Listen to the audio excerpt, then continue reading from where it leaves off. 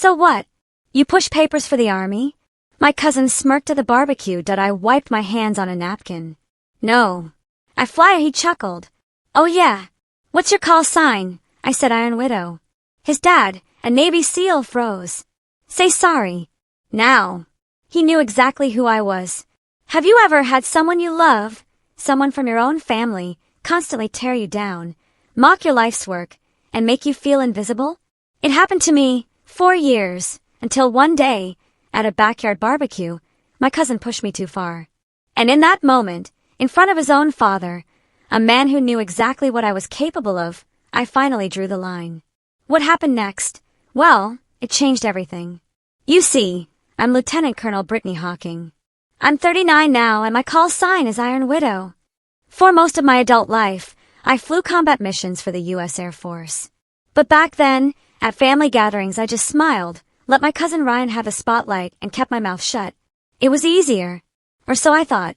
We grew up in a pretty average family in Virginia. Those cookouts, birthdays, they always happened in the same backyard. The same backyard where everyone thought they knew who I was, or more accurately, who I wasn't. Ryan, my cousin, was the golden boy. Loud, athletic, always the center of attention. His dad, my Uncle Commander Jack Hawking, was a Navy SEAL. The kind of man who carried quiet authority, a deep respect in his bones. As a kid, I admired him so much. I wanted to make him proud. When I joined the Air Force, most of the family saw it as just a phase. They joked that I was too quiet, too careful for military life. I never bothered to correct them. I just studied harder, flew longer hours, and earned my wings. By 27, I wasn't just some girl playing dress-up. I was an Air Force captain, a pilot with deployments behind me, and a call sign Iron Widow. But family gatherings, they never really changed. It was always the same burgers, the same stories, and that subtle condescension from the ones who never left home. Ryan's teasing used to just roll off me. Used to. That backyard, it was the same every summer. Red brick patio. The grill my dad had owned since I was 10. Kids running through the sprinkler. My mom, bless her heart, would set out potato salad and coleslaw in plastic bowls with those lids that never quite sealed right. My dad, an engineer who designed systems for defense contractors, would stand by the grill, beer in hand, nodding along to whatever story was being told. He was proud of me, I knew that. But he wasn't the type to say it out loud. He just squeezed my shoulder when I came home on leave and asked if I was eating enough. Ryan's mother, my Aunt Marianne, she had that permanent hostess smile. The kind that smoothed over every awkward moment, pretending everything was fine, even when it clearly wasn't. She'd hug me tight. Look at you, all grown up. Like I was still 12. They all meant well. They really did. But Ryan had grown into someone I barely recognized. As a kid, he'd been fun, reckless in that way boys are when they think they're invincible. We'd climb trees, race bikes, throw rocks into the creek. He looked up to his father, like all military kids do. But somewhere along the way, that admiration it curdled. He started wearing his father's legacy like a borrowed jacket, too big, never quite fitting right. By the time I enlisted, Ryan had dropped out of community college. He was working at a gym, training clients, talking about discipline like he'd invented it. He'd tell stories at family dinners about pushing through the pain and mental toughness, and everyone would just nod along like he'd earned the right to speak on it.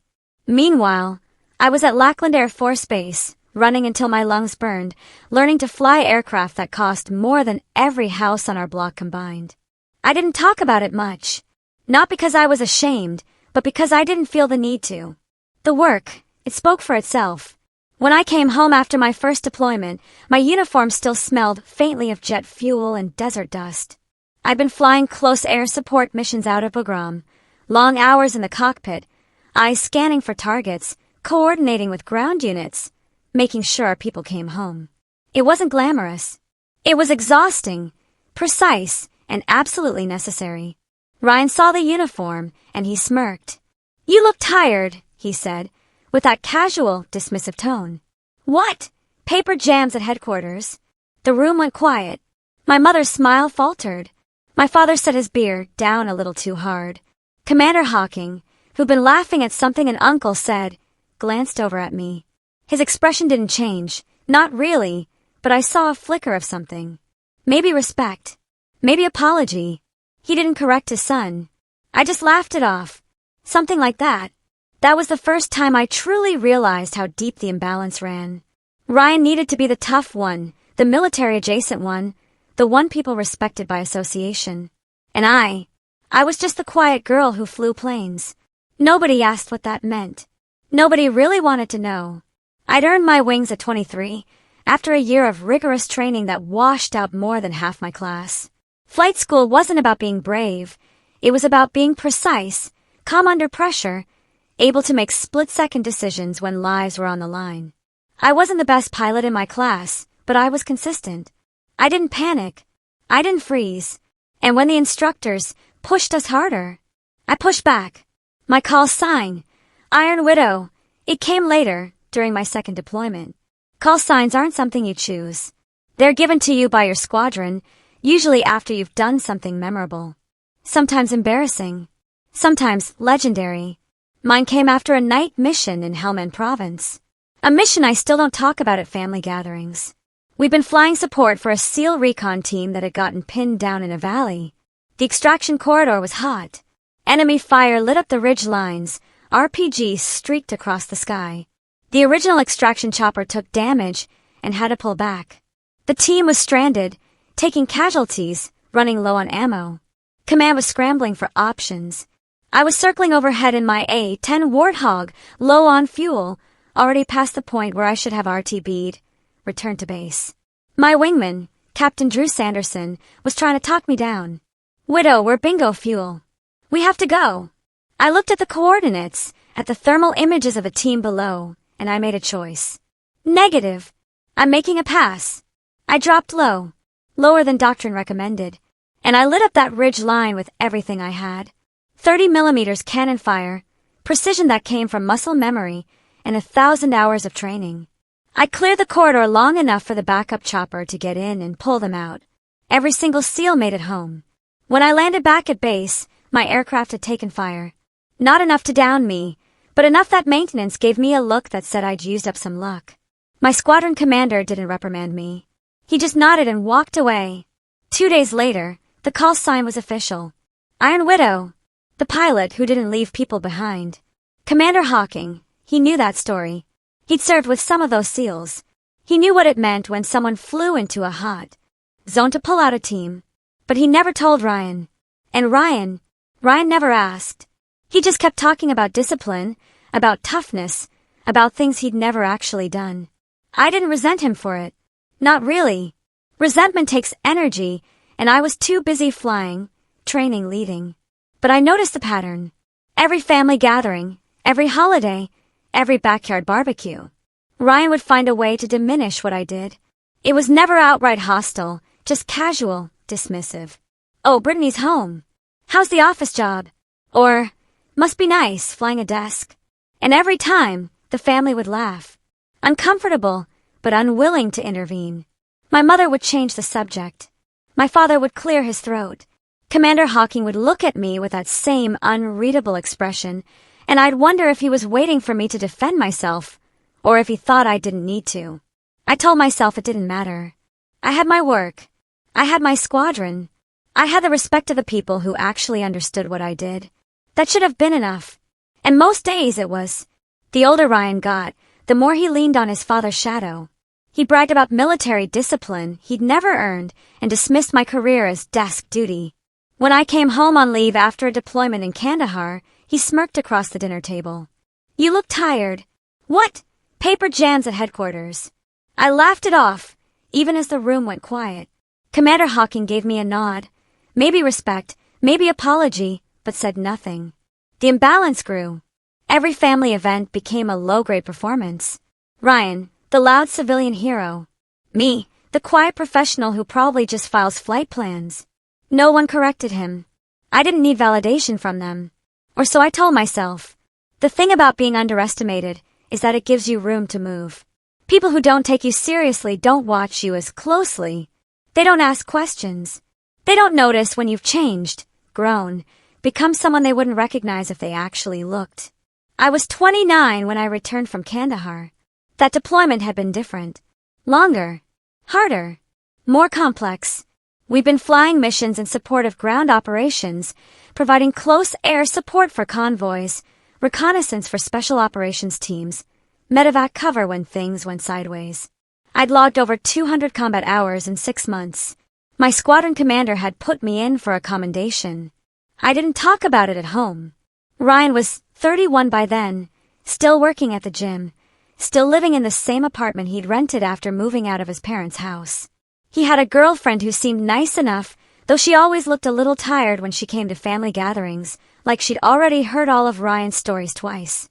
At that particular dinner, my Aunt Marian had made lasagna. The house smelled like garlic and tomato sauce, and my younger cousins were running around the living room, playing some game that involved a lot of yelling.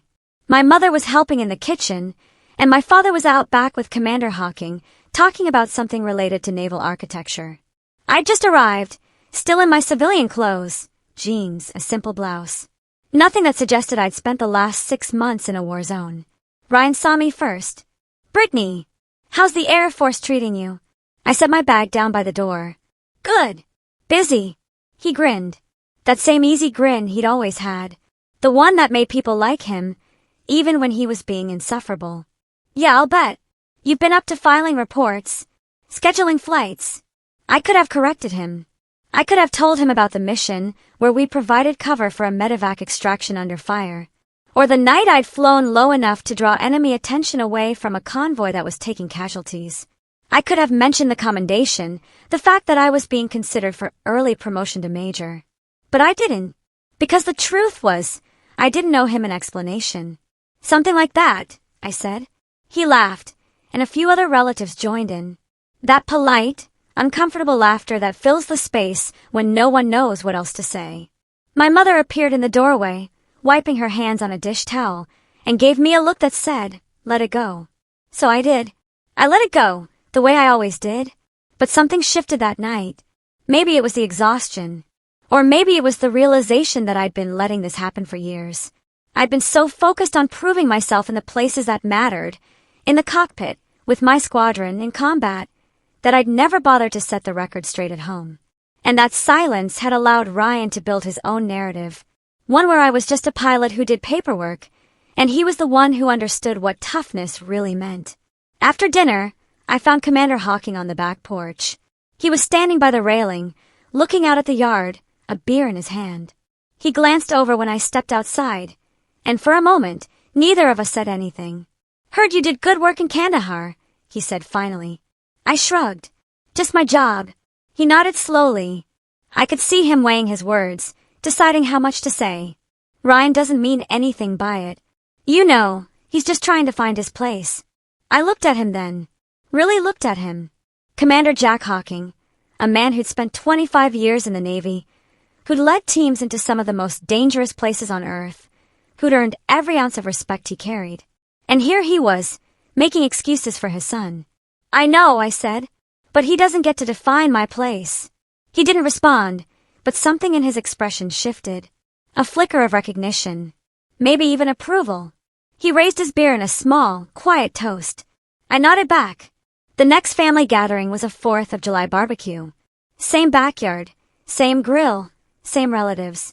Ryan was there with his girlfriend, talking loudly about a new training program he was developing, something about functional fitness and mental resilience. I was standing near the cooler, pulling out a soda, when he turned to me.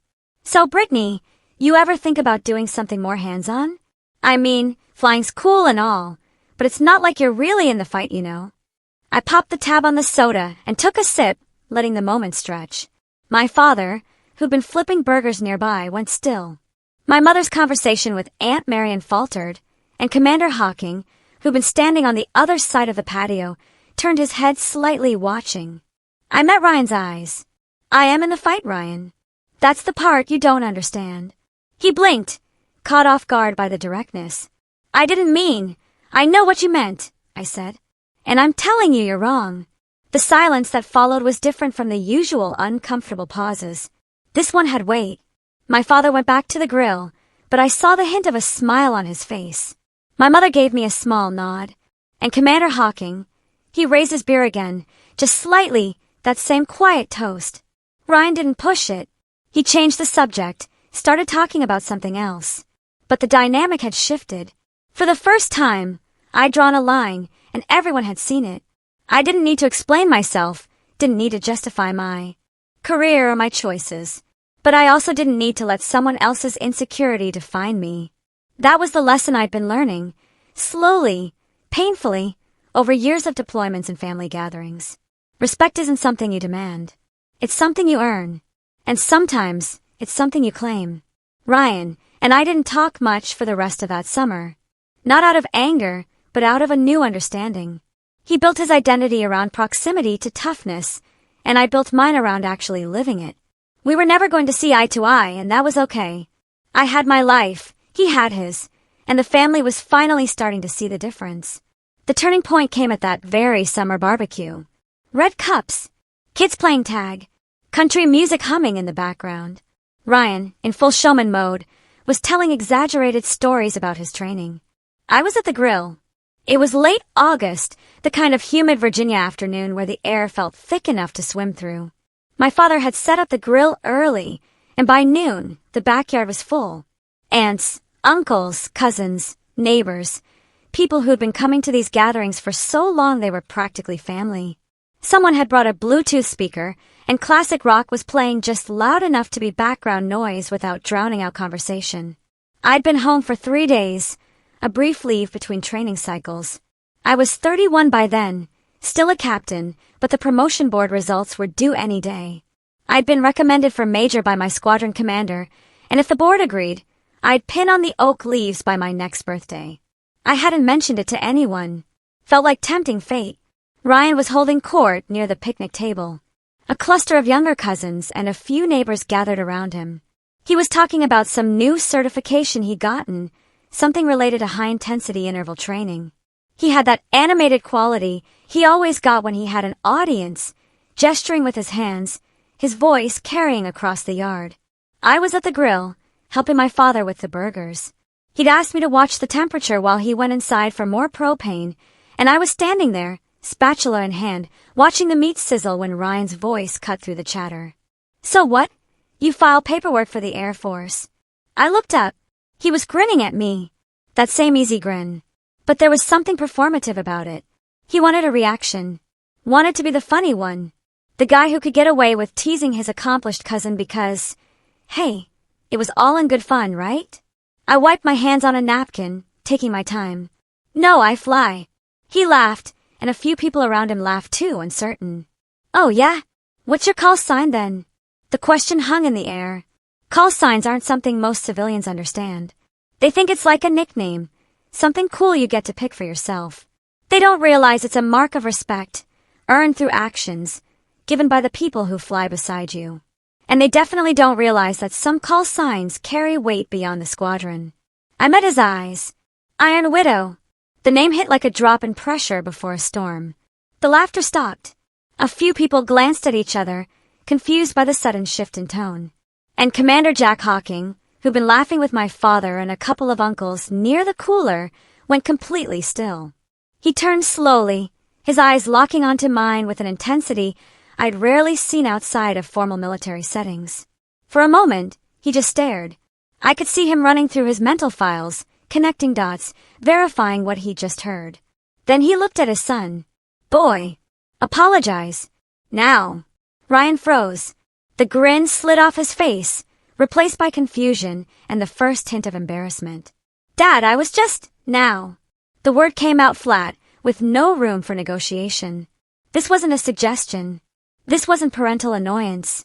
This was an order, delivered with the full weight of 2.5 decades of command experience. Ryan's face flushed. He looked at me, then back at his father, trying to understand what had just happened. I didn't mean anything by it. Commander Hawking took 3 steps toward him, closing the distance with that controlled, deliberate movement that said he was exercising restraint. You just disrespected a combat pilot who saved my teammates. You think that's funny? The backyard had gone silent. Even the kids had stopped playing, sensing something significant was happening, even if they didn't understand what. My mother stood frozen by the back door, a pitcher of lemonade in her hands. My father, who'd returned with the propane tank, was standing at the edge of the patio, watching. Ryan's mouth opened and closed. "I didn't know. You didn't know because you didn't ask," Commander Hawking said. "You assumed. You mocked. And now you're going to apologize." I saw the moment Ryan's pride wrestled with his survival instinct. His jaw tightened, his hands clenched at his sides. And for a second, I thought he might double down, might try to salvage his dignity by arguing. But then he looked at his father's face and saw something that made him think better of it. He turned to me, and I could see the effort it took. "I'm sorry," he mumbled. "I didn't know what you did." I nodded, accepting it. "It's fine." But it wasn't fine. Not really. Because Commander Hawking wasn't done. He was still standing there, his focus entirely on his son. And when he spoke again, his voice was quieter, but somehow more intense. "Iron Widow," he said, "is the call sign of the pilot who flew into a hot extraction zone in Helmand Province to pull out a SEAL recon team that was pinned down and taking casualties. She flew low enough that she took fire herself. She cleared the corridor long enough for the medevac to get in and extract every single man. Do you understand what that means?" Ryan nodded, but I could tell he didn't. Not really. He understood that it was significant, that his father respected it. But the actual reality of what I'd done, the calculations, the fear management, the precision required to put an aircraft exactly where it needed to be while people were shooting at you, that was beyond his frame of reference. Commander Hawking looked at me then, and his expression softened just slightly. "My unit still talks about you. They don't know your real name, but they know Iron Widow, the pilot who doesn't leave people behind." I felt my throat tighten. I'd done that mission 3 years ago, and I try not to think about it too much since. Not because it wasn't important, but because dwelling on it made it harder to do the next mission, and the one after that. You can't fly if you're thinking about all the ways it could go wrong. "I did my job," I said. "You did more than that," he corrected. "And my son is going to remember that from now on." He turned back to Ryan, and there was something almost sad in his expression. "You want respect, you earn it. You don't tear down someone else to build yourself up." "Understood." Ryan nodded, his face still flushed, his embarrassment now mixed with something that looked like shame. "Yes, sir." Commander Hawking clapped him once on the shoulder, firm but not harsh, and then walked away, heading toward the cooler for another beer. The tension broke slowly. Conversations resumed in fits and starts, people trying to pretend they hadn't just witnessed something uncomfortable and significant. My father came over to the grill, taking the spatula from my hand. He didn't say anything, just squeezed my shoulder the way he always did, that brief acknowledgement that meant more than words. My mother appeared at my side, setting down the lemonade and pulling me into a quick, tight hug. "Proud of you," she whispered. I nodded, not trusting my voice. Ryan stayed on the other side of the yard for the rest of the afternoon. He talked to his girlfriend, helped his mother carry food out, played with his younger cousins. But he didn't come near me, and I didn't seek him out. We both needed space to process what had happened. But as the sun started to set and people began packing up to leave, I caught him watching me from across the yard. Our eyes met, and for just a moment, I saw something different in his expression. Not respect, not yet, but maybe the beginning of understanding. The realization that the world was bigger than he thought, and that toughness came in forms he'd never considered. I gave him a small nod, and after a hesitation, he nodded back. It wasn't reconciliation. It wasn't even really a truce. But it was a start. A week later, Commander Hawking stopped by my apartment. No uniform, no rank, just a man showing respect. He knocked on my door at 1800 hours on a Tuesday. I was in running clothes, about to head out for my evening PT. Through the peephole, I saw him standing in the hallway, wearing jeans and a navy t-shirt, hands in his pockets. No formal visit, no ceremony. Just Jack. I opened the door. "Sir." He shook his head. "Jack. Just Jack tonight." I stepped aside and let him in. My apartment was sparse. Military standard, I used to joke. A couch, a TV, a small kitchen table with 2 chairs. Books on aviation and military history lined one shelf. A few photos on another, my squadron, my parents, a shot of me standing in front of my aircraft after my first solo flight. Nothing personal enough to hurt if I had to pack it all up and move on short notice. He looked around, nodded slowly, then turned to me. "You got a minute?" "Of course." We sat at the kitchen table. I offered coffee, but he declined. So we just sat there in the kind of silence that would have been awkward with anyone else. With him, it felt appropriate. Commander Hawking wasn't a man who wasted words. When he spoke, it mattered. "I wanted to apologize," he said finally, "for not saying something sooner." I shook my head. "You don't owe me an apology." "I do," he said. "I knew what you'd done. I knew your call sign. Knew the story. And I let my son mock you at family gatherings because I thought," he paused, choosing his words carefully, "I thought it was harmless. I thought you were strong enough to handle it. And you were. But that doesn't make it right." I didn't know what to say to that. Part of me wanted to brush it off, to tell him it didn't matter, that I'd learned to let those comments roll off me. But another part, the part that had been carrying the weight of being underestimated for years, needed to hear what he was saying. "I was strong enough to handle it," I said. "But I shouldn't have had to." He nodded. "No, you shouldn't have." He leaned back in his chair, and for the first time since I'd known him, he looked tired. Not physically, but in the way people look when they're carrying regret. "Ryan's my son, and I love him, but I haven't done him any favors by letting him coast on my reputation. I don't know what I thought, that he'd figure it out on his own, that he'd find his own path.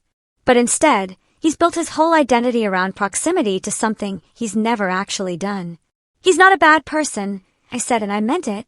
Ryan was insecure, performative, sometimes insufferable, but he wasn't malicious. He was just lost. "No, he's not," Jack agreed. "But he's a coward in ways that matter. And that's on me as much as it is on him." We sat with that for a moment. Through the window, I could see the sun setting, casting long shadows across the parking lot. Somewhere in the distance, a car alarm went off and then stopped. "You flew that night in Helmand," Jack said. It wasn't a question. "Yes, sir." "You know, one of those SEALs was my former EXO, Lieutenant Commander Barnes. He told me about it when he got back stateside. Said there was a pilot who came in low, cleared the corridor, took fire to do it. He said he owed his life to someone with the call sign Iron Widow. But he didn't know who you were. Didn't know your real name." I nodded slowly. "I didn't do it for recognition." "I know," Jack said. "That's what makes it matter." He reached into his pocket and pulled out a small coin, a Navy SEAL Challenge coin, worn at the edges from years of being carried. He set it on the table between us. "This is from my unit, from the guys who were there that night, and the ones who came after. Barnes sent it to me, asked me to find you and deliver it. Took me 3 years to realize you were family." I picked up the coin, feeling the weight of it in my palm. It was heavier than it looked, the metal cool against my skin. The SEAL trident was embossed on one side, a unit insignia on the other. "I can't accept this," I said, my voice barely a whisper. "You already earned it," he said. "That's not up for debate." I closed my fingers around the coin and nodded, not trusting my voice. Jack stood up and I followed. At the door, he paused and turned back to me. "Ryan's going to have to find his own way, but I'm going to make sure he understands what real service looks like, what real courage looks like. And I'm going to make sure he knows that the people who matter don't need to talk about it constantly. They just do the work." "Thank you," I said. He shook his head. "Thank you for what you did that night, and for every night since, for serving with honor even when nobody at home understood what that meant." After he left, I stood by the window for a long time, watching the last of the daylight fade.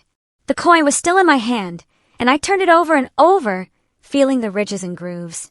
It was a small thing, really, just a piece of metal, but it represented something larger. Acknowledgement, from the people who actually understood, who'd been there, who knew what it cost. I didn't need my family to understand what I did. I'd known that for years.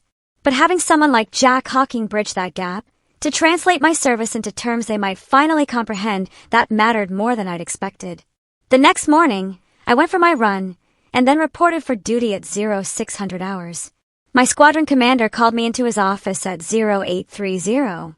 The promotion board results had come through. I was being promoted to major, effective in 30 days. I called my parents that evening to tell them.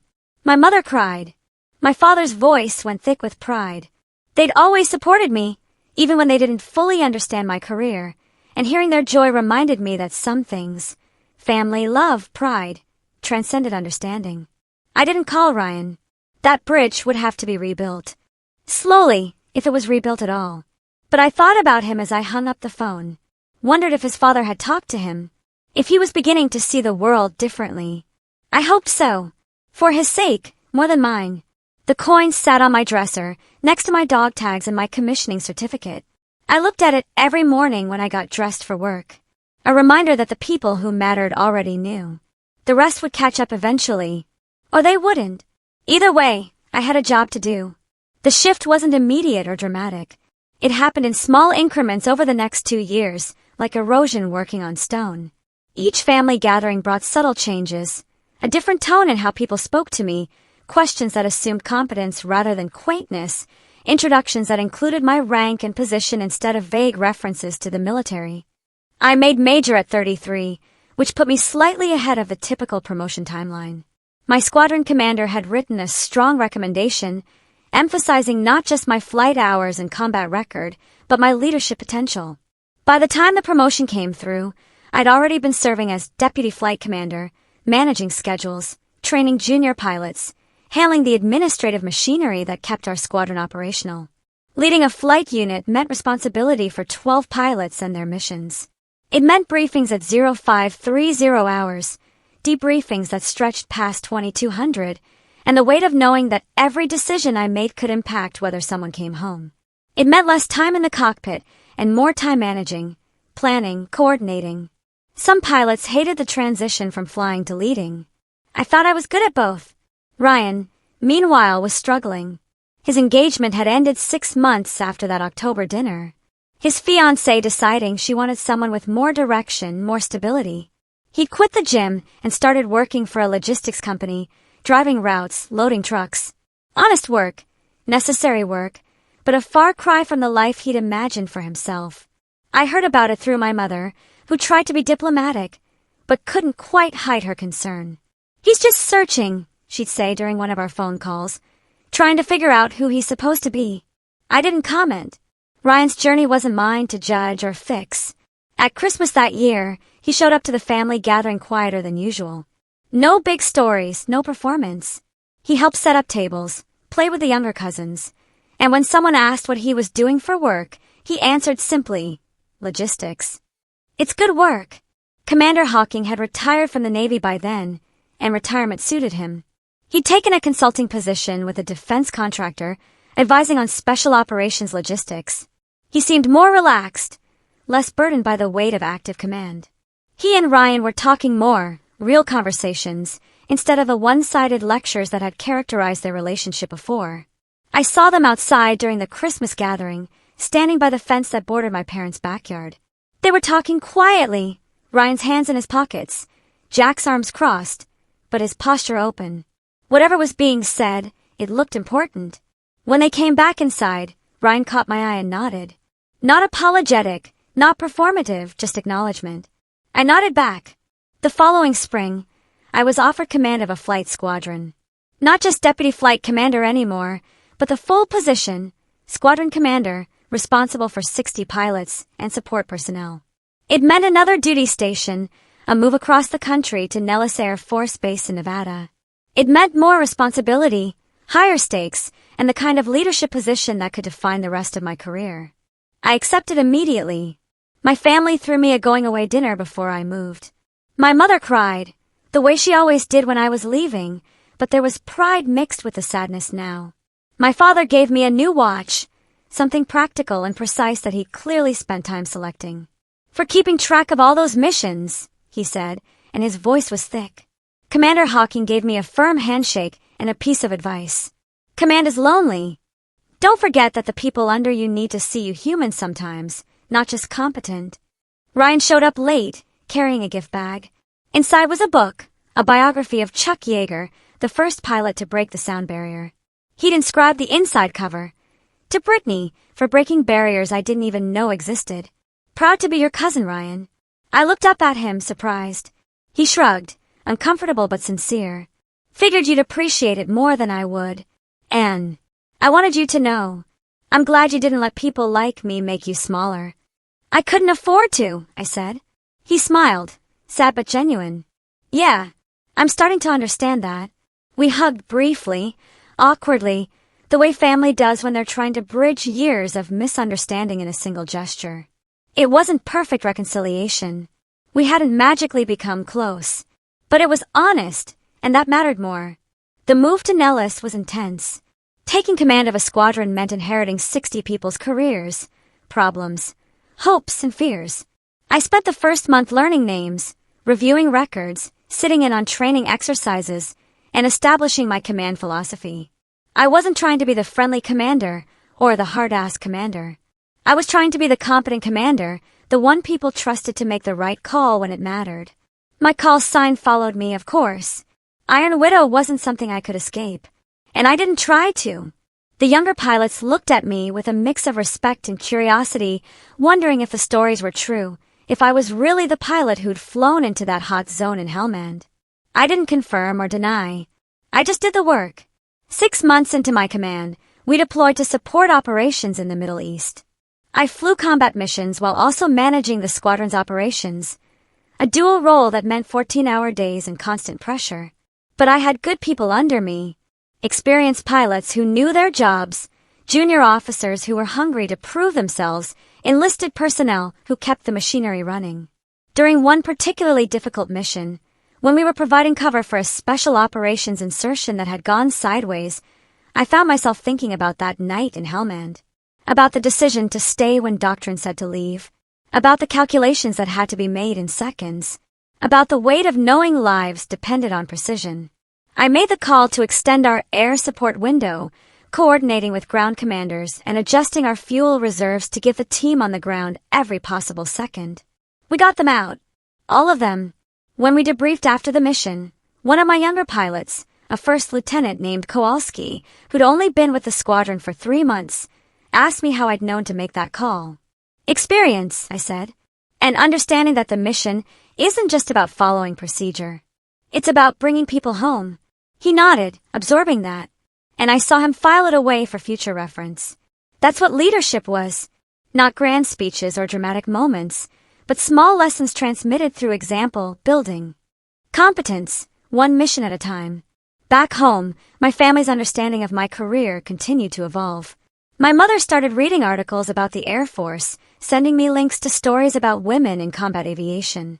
My father subscribed to military history magazines and would call with questions about tactics and aircraft capabilities.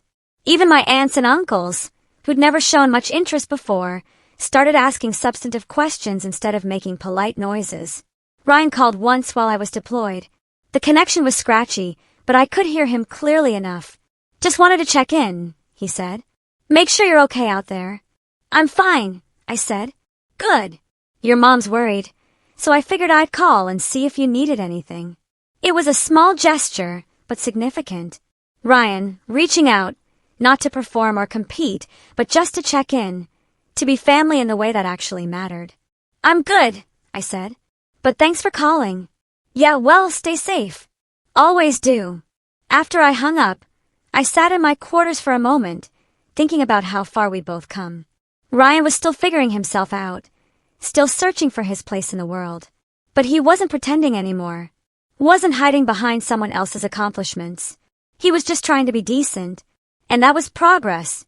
Months later, Ryan reached out again. Not dramatic, just a text.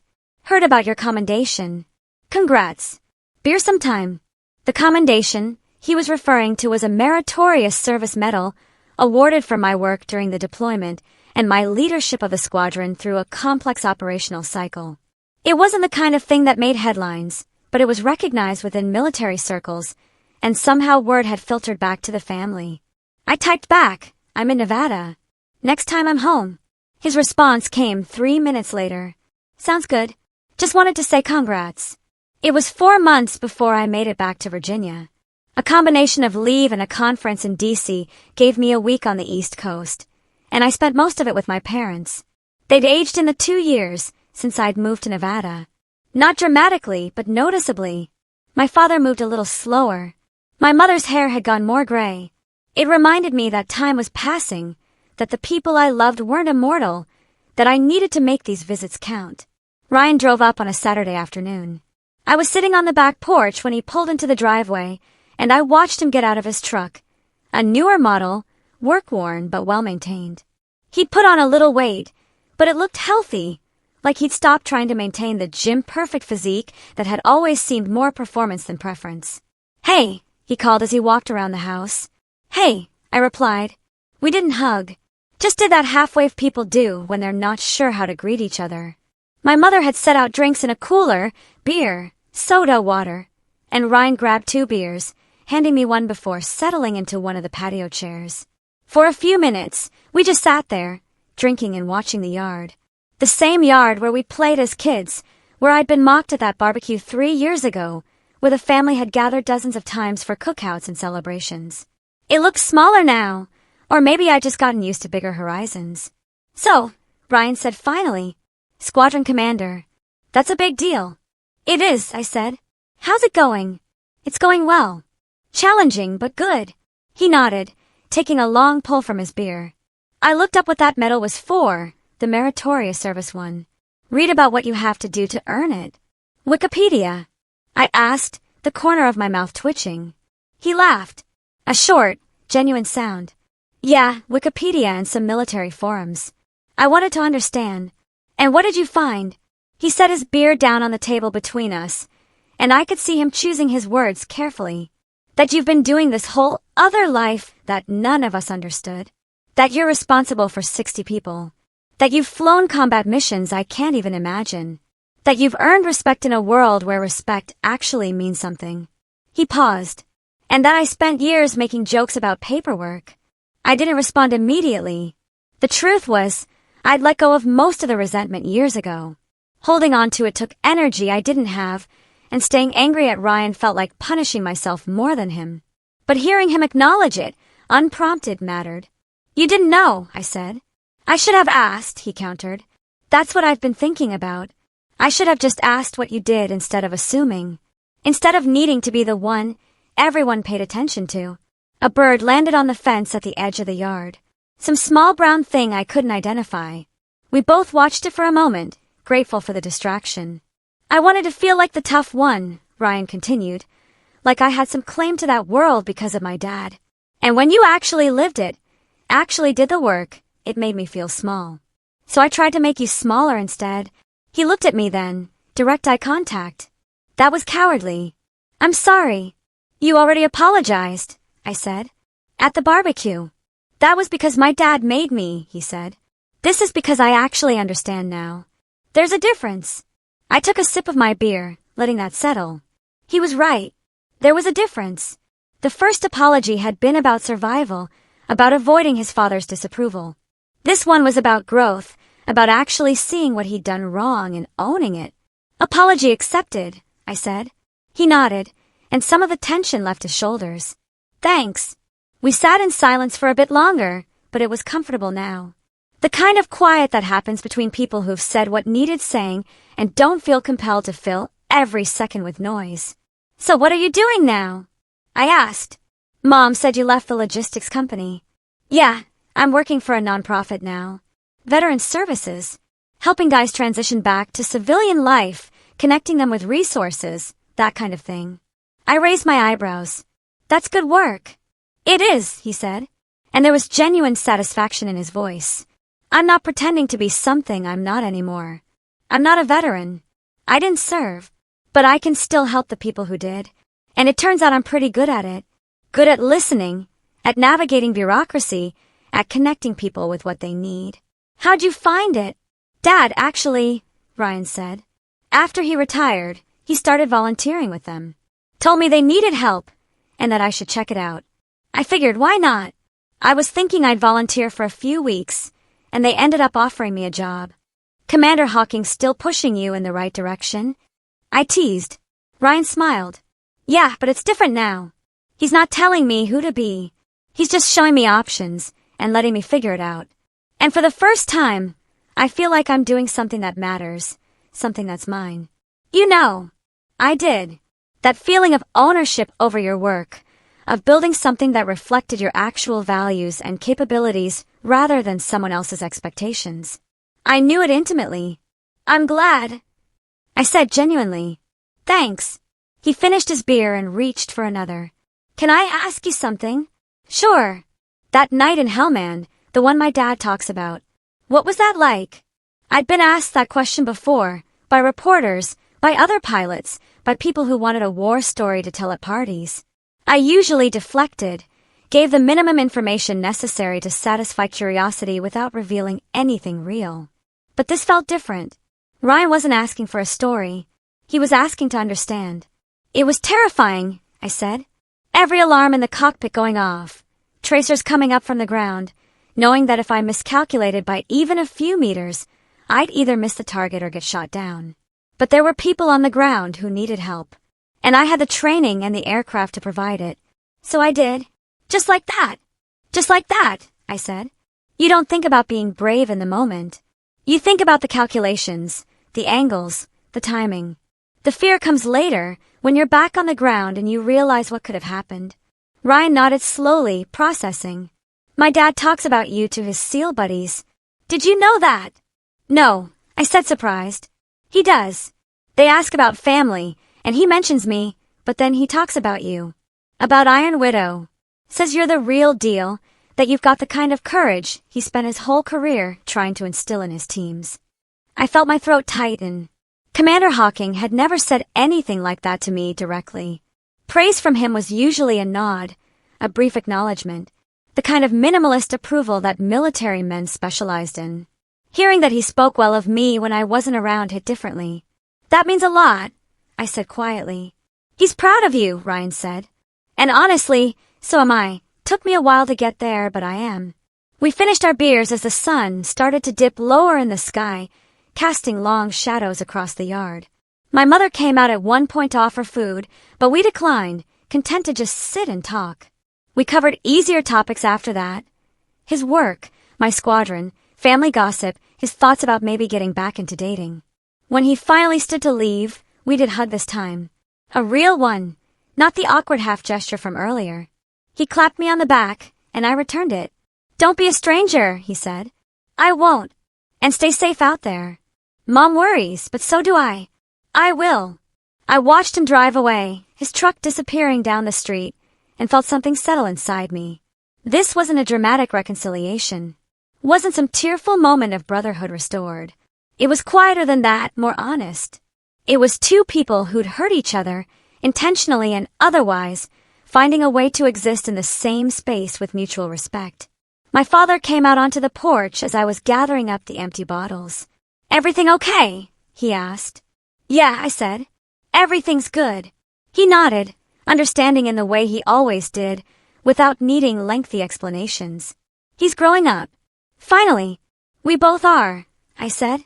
That night, lying in my childhood bedroom, with my phone charging on the nightstand, I thought about the distance I'd traveled, literally and figuratively. From the girl who'd been mocked at family gatherings to the squadron commander who'd earned respect through action rather than explanation. From someone who let other people's perceptions define her to someone who knew her own worth, regardless of external validation. Ryan's journey was different, but parallel. He'd been the golden boy who discovered gold leaf was thinner than he thought. And now he was building something real underneath it. We both had to shed versions of ourselves that didn't fit. Had to confront uncomfortable truths about who we were and who we wanted to be. The recognition between us wasn't about forgiveness exactly. It was about seeing each other clearly for the first time, without the distortions of insecurity and assumption. And that was enough. More than enough. Years later, I returned home as lieutenant colonel. Commander Hawking had fully retired. Ryan had a family of his own. When his son, Evan, ran up to me and saluted, Ryan just smiled. He knows who Iron Widow is, he said. That was the closure. Not revenge, just acknowledgement. I'd learned that credibility doesn't come from explaining yourself. It comes from living it. In the end, the ones who matter already know. The rest, they catch up eventually. I made lieutenant colonel at 39, which put me right on track with the typical promotion timeline, but still felt like validation of everything I'd worked toward. The promotion board had looked at my command record, my combat hours, my leadership evaluations, and decided I was ready for the next level. I pinned on the silver oak leaves in a ceremony at Nellis with my squadron in attendance. And for the first time in my career, my parents flew out to Nevada to watch. My mother cried. Naturally. My father stood rigid with pride, and when he shook my hand afterward, he said, "Your mother and I always knew you'd do great things. We just didn't know they'd be this great." It was the most effusive praise I'd ever heard from him, and it meant everything. Commander Hawking, just Jack now, several years into retirement, had sent a letter that arrived the day before the ceremony. It was handwritten, brief, in that economical prose that military men specialized in. "Congratulations on the promotion. You've earned every bit of it. The community knows your name now, and they speak it with respect. That's the legacy that matters. Jack." I kept the letter in my desk drawer, pulling it out sometimes when the weight of command felt particularly heavy. Ryan had gotten married 2 years earlier to a woman named Sarah who worked as a teacher. They'd had a son, Evan, who was 4 years old by the time I made lieutenant colonel. I'd met them a handful of times during brief visits home, and Sarah seemed good for Ryan, grounded, practical, patient with his occasional lapses into insecurity. She didn't need him to be anyone other than who he was, and that freedom had allowed him to finally settle into himself. The family reunion that summer was bigger than usual. Someone had rented a pavilion at a local park, and there were aunts, uncles, cousins, and assorted family friends I hadn't seen in years. I drove up from Virginia, where I was now stationed at Langley Air Force Base as part of the Air Combat Command staff. The job was more administrative than I preferred. Less flying, more planning and policy, but it was a necessary step for senior officers, and I'd learned to find satisfaction in the strategic work, even when I missed the cockpit. I arrived mid-afternoon, still in civilian clothes, jeans and a simple button-down shirt. I'd learned years ago that wearing my uniform to family events created a barrier, made people treat me like a symbol rather than a person. Better to just be Brittany for a few hours, even if the rank and the work were always there underneath. Ryan spotted me first. He was standing near the pavilion with Sarah and Evan, and when he saw me, his face lit up with genuine pleasure. "Brittany!" We hugged, easy and comfortable now. Sarah gave me a warm smile and a hug of her own. "Good to see you, Brittany. Ryan talks about you all the time." "Good things, I hope," I said, winking. "Always," she said, and the sincerity in her voice suggested she meant it. Evan was hiding halfway behind his father's leg, suddenly shy now that the stranger was actually here. He was small for 4, with Ryan's dark hair and Sarah's thoughtful eyes. Ryan put a hand on his son's shoulder. "Evan, this is your Aunt Brittany. Remember the pilot I told you about?" The boy's eyes went wide. He stepped out from behind Ryan's leg, suddenly less shy and more curious. "You fly airplanes?" "I do," I said, crouching down to his level. "Big ones. Pretty big fighter jets mostly." He thought about this for a moment, processing. Then, with the gravity that only small children can muster, he snapped a salute. Hand to forehead, earnest and slightly crooked. I felt something catch in my chest. Without thinking, I returned the salute, crisp and proper. "At ease, airman." He dropped his hand, grinning. Ryan was smiling too, but there was something else in his expression. Pride, maybe, or satisfaction. "He knows who Iron Widow is," he said quietly. I straightened up, looking at Ryan. "You told him." "I did," he said. "Figured he should know his aunt is pretty much a legend." "I'm not." "You are," Ryan interrupted gently. "And it's okay to let people know that. Especially family." Evan was already moving on, his attention captured by other cousins running past. But the moment lingered between Ryan and me. This was the closure I hadn't known I needed. Not an apology, not even acknowledgement of past wrongs. But this, Ryan teaching his son to respect what I'd done, passing down an understanding that had taken him years to develop. "Thank you," I said. He shrugged. "It's just the truth." The afternoon stretched out in the easy rhythm of family gatherings. Food appeared on long tables, someone's famous potato salad, burgers and hot dogs from the grill, a sheet cake that said, "Welcome home, Brittany." Even though I technically lived in Virginia now, and this was just a visit. My mother had organized most of it, recruiting aunts and cousins to help, and the result was the kind of abundant, slightly chaotic spread that defined family events. Jack Hawking arrived late, walking with a slight limp that hadn't been there the last time I'd seen him. He'd had knee surgery, he explained when I asked. A delayed consequence of 30 years of jumping out of perfectly good aircraft and running on unforgiving terrain. Retirement had been good to him otherwise. He looked relaxed, less burdened by the constant weight of command decisions. We found a quiet spot away from the main crowd, sitting at a picnic table while the party continued around us. "Lieutenant Colonel," he said, testing out the rank. "Has a nice ring to it." "Feels good," I admitted. "Different, but good." "Command track." "Possibly," I said. "They've mentioned it." Wing commander in a few years, if things go well. He nodded approvingly. You'll be good at it. You've got the temperament. Calm under pressure, good tactical mind, able to see the strategic picture without losing sight of the people. Learn from the best, I said. He laughed. Don't give me too much credit. You were always going to be exactly who you are. I just made sure my son didn't get in your way permanently. We sat in comfortable silence for a moment, watching the family. Evan was playing tag with a group of other kids, his high-pitched laughter carrying across the park. Ryan was helping at the grill, actually useful rather than performative. Sarah was talking with my mother and Aunt Marianne, already integrated into the family dynamic. He's doing better, Jack said, following my gaze to Ryan. Took him longer than I would have liked, but he got there. He did, I agreed. And you never made it easy on him by being anything other than excellent, Jack said. That's a gift, even when it doesn't feel like one. You gave him something to measure himself against. Something real instead of just my shadow. I considered that. I'd never thought about it that way. That my presence, my accomplishments, might have actually helped Ryan by forcing him to confront his own choices. But maybe Jack was right. Maybe we both needed each other to become who we were meant to be. I'm proud of both of you, Jack said. Different paths, different struggles, but you both figured it out. As the sun started to set and people began packing up, Evan ran over to me one more time.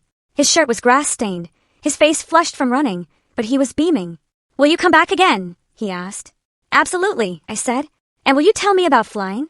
I glanced at Ryan, who nodded encouragingly. I will. Next time I'm home, we'll sit down and I'll tell you all about it. Cool. He started to run off, then turned back. Thanks for keeping people safe. It was such a simple statement, delivered with the uncomplicated sincerity that children specialize in, but it hit me harder than any formal commendation or promotion ever had. This was why the work mattered. Not for the medals or the rank, but for the people who got to go home safe, who got to raise their kids and live their lives, because someone was overhead when they needed help.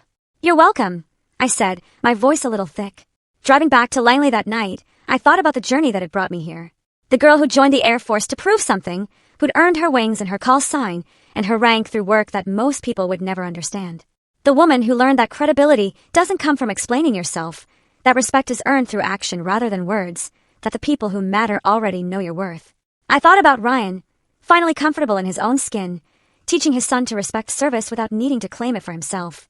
About Commander Hawking passing his wisdom forward to the next generation. About my parents, proud even when they didn't fully understand. About all the pilots I trained, the missions I'd flown, the lives that had intersected with mine in briefing rooms and cockpits and combat zones. The call sign had defined me for years. Iron Widow, the pilot who didn't leave people behind. But somewhere along the way, I'd learned that I was more than that. I was a daughter, a cousin, a commander, a mentor. I was all the versions of myself that I'd built through choices and consequences, through failures and successes, through the quiet accumulation of experience that turned potential into purpose. In the end, revenge had never been the point. I'd never needed Ryan to suffer or to grovel. I just needed him to see me clearly, and I'd needed to stop waiting for his approval to feel valid. The moment I'd stopped explaining myself and started simply living my truth, everything else had fallen into place. The ones who mattered already knew. The rest caught up eventually, and the few who never did, they were irrelevant to the actual work, to the mission, to the life I was building, one decision at a time. I made it back to my apartment near Langley at 0100 hours. Exhausted but satisfied. Tomorrow I'd be back in uniform, back in briefings, back in the constant forward motion of military service. But tonight, I was just Brittany, carrying the weight of family and legacy, and all the versions of myself that had brought me here. And that was enough. More than enough. It was everything. Music swells slightly, then fades out as the narrator speaks the call to action. This story has been a huge part of my life. I'm curious. Have you ever had to stand up for yourself or your achievements against someone who just wouldn't see you for who you truly are? What did you do? Tell me in the comments below. I really want to hear your experiences.